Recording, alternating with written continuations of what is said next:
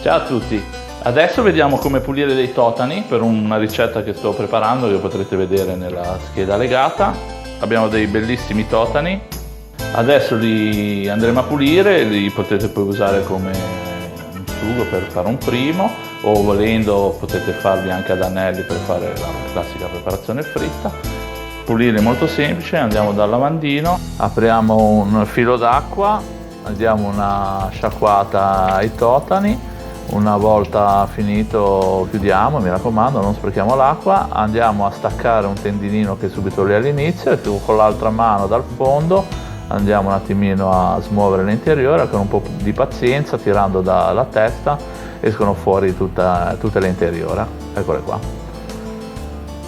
Adesso andiamo a sciacquare perché normalmente rimane ancora qualche pellicina all'interno, e in più andiamo a dare la caccia a una cartilagine, a un filamento che è all'interno, abbastanza semplice da trovare. Eccola qui, come vedete. Una volta tolta anche questa cartilagine, un'altra sciacquatina e il nostro totano è pronto. Questa sacca, così com'è, normalmente si fa ripiena, una ricettina molto semplice che poi potete vedere nei miei prossimi video, e si fa in forno, abbastanza semplice, nulla di particolare. Per quanto riguarda invece i tentacoli, andiamo con un coltello bello affilato ad incidere sotto gli occhi un piccolo tagliettino, così vediamo la posizione del dente, andiamo sotto al dente, eccolo lì, e andiamo a toglierlo. Questo è tutto quello che si deve buttare, e in questo modo qua i nostri tentacolini sono già pronti all'uso. Ecco qua, diciamo che è molto semplice.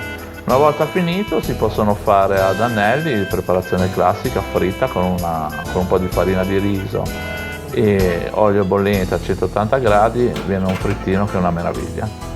Se no io li faccio scottati, quindi mi servono dei pezzi un po' più piccoli, basta tagliarli a metà, o prima si fa striscioline e poi si tagliano, non è importante, si recuperano anche le alette, non si butta via niente. E questi, come vedrete nel video che trovate qui nella scheda legata, viene un sughetto che è una meraviglia.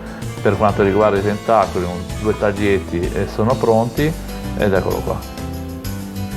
Volendo si possono anche spellare, quindi si toglie, io tolgo prima le allette, poi incido con un coltello il corpo e mi armo di tanta pazienza e si comincia a spellare il totano. Non lo faccio mai perché la pelle è sottilissima, non è come quella dei calamari che può dar fastidio, e inoltre secondo me ci dà un bel gusto al totano, lascia che il piatto, una volta caramellizzata, il totano venga esaltato, però se volete farlo non è vietato. Bene, come avete visto, per pulire i totani non ci vuole proprio niente, sono molto buoni ad anelli fatti fritti, o volendo li potete farcire usando la sacca, oppure potete farli con un sugo che adesso potete vedere nei prossimi video. Ciao da Andrea.